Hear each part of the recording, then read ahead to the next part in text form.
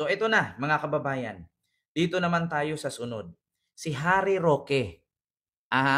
Mga kababayan. Si Harry Roque naman, mga kababayan, ay patong-patong ang kaso niya na yung may human trafficking, merong land grabbing, merong inciting to sedition, tapos ngayon lahat daw ng kinaso sa kanya ay gagamitin daw niya na pang-asylum sa Netherlands. So ito po mga kababayan. Sinampahan ng kasong qualified human trafficking si dating presidential spokesperson Attorney Harry Roque kasama sina Cassandra Leong at marami pang iba.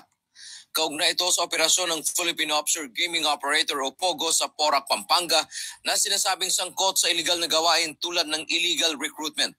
Ayon kay Department of Justice o DOJ Undersecretary Nicolas Felix T, naisampa ang kaso sa Regional Trial Court ng Angeles, Pampanga. Kaya ginawa Harvey Roque, kaya Tony Roque, makita mo naman makasama doon na siya mismo nanggaling sa kanya, abogado siya ng Whirlwind, tapos may lumabas doon na siya ay pumunta. Kahit na abogado, kahit sinasabi lamang niya na, kahit sinasabi niya na abogado lamang siya ng Whirlwind, siya ay pumunta sa office ng PAGCOR upang ipakiusap. Opo, Ma'am Nerissa. Bakit laging sinasabi ni Sarah na okay ang tatay niya pero kawawa kasi hindi makapagluto, hindi marunong maglinis? Actually hindi naman po talaga nagluluto ang mga nakakulong sa loob doon kasi meron po 'yang rasyon. 'Di ba? Hindi sila pinapaluto pero meron silang kusina doon, may computer, may TV, wala nga lang internet, 'di ba? So napaka-unfair po talaga ng mundo. Yung mga pinapapatay ni Digong, hindi naman yun nakulong para lutuan Si Digong nakakulong, 'di ba? Nakakulong tapos kailangan lulutuan mo pa, may ano pa nga may special treatment pa na pinahospital pa nga 'Di ba? May pa-hospital portion pa Oh, yung mga pinapapatay niya, walang hospital portion doon. Oo. Kaya napaka-unfair po talaga ng mundo. Nakulong ka nga, may katulong ka pa. Yung mga pinapapatay niya, unfair. Yung mga pinapapatay niya walang gano'n. Hindi nga muna pinainom ng tubig bago tinumba 'Di ba mga kababayan? Hindi hindi pa nga tawag dito, pinapainom ng tubig maskin pinapakain man lang. Tapos ito naman kay Harry Roque, ayan na, napakaraming kaso. Pakinggan natin ulit. Ang application ng Lockout 99 para ma-renew yung kanilang IGL, ano? So makikita mo, no, may kinalaman talaga siya sa pagpundar, no, sa pag-organize ng illegal pogo na to. Oo, Ma'am Nerissa. Minsan may human trafficking na naganap. Ayon kay Yusek T, kapag mayroong warrant na ilalabas ang korte, ang mga wala dito sa bansa ay tuturing na fugitive at posibleng kansilahin ang passport. Ipapaalam din nila sa Dutch government ang kaso ni Roque. Nako. Nanindigan naman si Roque na political persecution ang ginagawa sa kanya ng Marcos administration. Binigyan. Ito mga kababayan tanong ko sa inyo. Paano nyo nasasabing political execution ang tawag dito? Samantalang si Harry Roque naman ang may gawa ng kanyang kaso. Una, kung hindi totoo ang ipinataw at ipinaratang sa kanya, dapat hindi siya nagtatago. Umuwi siya sa Pilipinas, hindi siya papatayin. Ngayon kung maisubmit niya lahat ng dokumentong hinahanap sa kanya, ang una lang naman na hiniling sa kanya ng Congress, ng Quadcom, maglabas siya ng dokumento kung saan galing ang pera niya, kung bakit may ganyan siya kadaming pera. Maglabas siya ng dokumento na may negosyo siyang ganito, may pinagkakitaan siyang ganyan, para mapatunayan na hindi siya makulong. Di ba? Pangalawa, ipatunay niya na hindi siya sangkot sa human trafficking na pagpapapasok dito ng mga illegal na undocumented Chinese sa ating bansa. Pangatlo, papatunayan niya sa sarili na hindi galing sa kanya ang mga edited na faking video na si BBM ay nagpupulburon.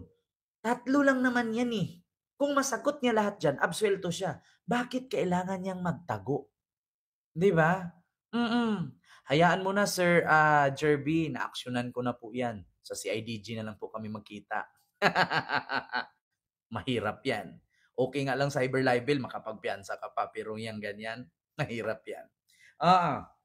So dito, mga kababayan, sabi ni Harry Roque, no element of human trafficking is present. There is no evidence that I recruited Putya, wala daw human trafficking, no evidence daw na recruited. Samantalang paano nga nakapasok ang Pogo sa Bataan at sa Tarlac? Nandoon nga yung pangalan mo, Harry Roque. Napaka-imposible naman na 5 ang Harry Roque na spokesperson ng ating bansa.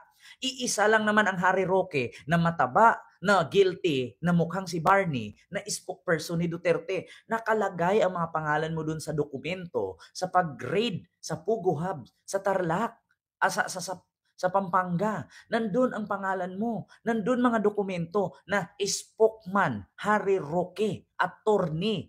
Walang ibang attorney Harry Roque na spokesman ng Malacanang na sangkot sa pagpapasok, di ba, ng mga undocumented Chinese at pagpapatira ng mga undocumented Pogo boss sa bahay. Di ba? Sabi niya dito, there is no evidence that I recruited, transferred, transported, or harbored Chinese or Filipino workers for forced labor and prostitution. Ayan na naman tayo sa salitang prostitution. Yung Malacanang nga, nung panahon ng Lolo Fentanyl ninyo, ginawang pugad ng pokpok. Ay nako, ito na mga kababayan. Binigyang din ito na walang human trafficking at ebidensya na siya ay nang recruit o kumuha ng mga Chinese o Filipino worker para sa forced labor at prostitusyon. Isasamaan niya nito ang bagong kaso para sa kanyang aplikasyon para sa asylum bilang biktima ng political persecution. Hindi anya ito pagtakas dahil may kasalanan siya, kundi paggamit ng kanyang karapatan para sa asylum. So paano mangyari yan? So kung hindi ka tatakas, bakit ka mag-a-asylum sa Netherlands? Sige nga, kung hindi ka tatakas, bakit magpa-file ka ng asylum? Diba? Tsaka take note maraming pera si Roque. Tignan nyo, nag-a-asylum. Nag-a-asylum ang lolo nyo. So maraming ang pera. Diba? Continue. Dante Amento, UNTV, News and Rescue. UNTV News and Rescue daw. So, yun na mga kababayan, narinig nyo naman po, napanood nyo naman po, at nakita nyo naman po si Harry Roque. Patong-patong ang kaso, sabi ko nga sa inyo Sabi nga ni PBBM, hayaan ko na lang yung NBI at si IDJ na gumawa niyan. Hayaan ko na lang ang NBI at si IDJ na kumilos dyan. Patong-patong na kaso, my God. Mabigat-bigat to. So ito na mga kababayan. Kita nyo naman po, no? Ito yung next na topic natin. Ito baka sabihin na naman to ng ibang vlogger dyan. Fake news na naman ito. Ito po nakasaad sa Okta Research na si BBM po ang nangunguna. At maikling video para sa inyong lahat. Sigurado ka ba ma'am na hindi ka aalis? Alam ko na marami sa inyo. Mga kampanya po ako. Tama ka, no? Madami ang nagtatanong. Ano bang magagawa namin? Ilan natin i-fight? Hindi naman siya... Kahit na... Hindi po ka... Mahina ako kote. Kita niyo yun, sir.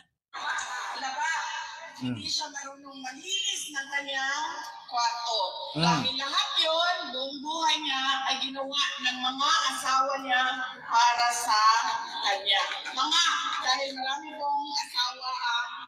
Diyos ko po, mga kababayan. So, yun mga kababayan, paiba-iba siya ng statement. Basta sinabi ko sa inyo, nung District 2, yan ang sinasabi niya. Okay daw, pero kawawa kasi hindi marunong maglinis, diba? Hindi marunong ayos at magluto. Kasi ginagawa daw niya ng kanyang mga asawa. Kasi marami daw ang asawa ang tatay niya. Ngayon, nung dumating naman siya District 6, sabi niya, kawawa po ang kalagayan niya sa loob kasi hindi siya makakapagluto ng ayos. Alam niyo, sa totoo lang, paiba-iba sila ng statement. Actually, mga kababayan, hindi naman kasi magkakasundo yung mga yan. Hindi po nagkakasundo yung mga yan. Kaya nga, sabi nga niya nung nakaraan, thank you so much, Pangulong Bongbong Marcos, na napakulong mo ang tatay ko kasi simula noon, nagkabati kami. Nagkaayos kami. So sa madaling salita, matagal nga silang hindi nag-uusap.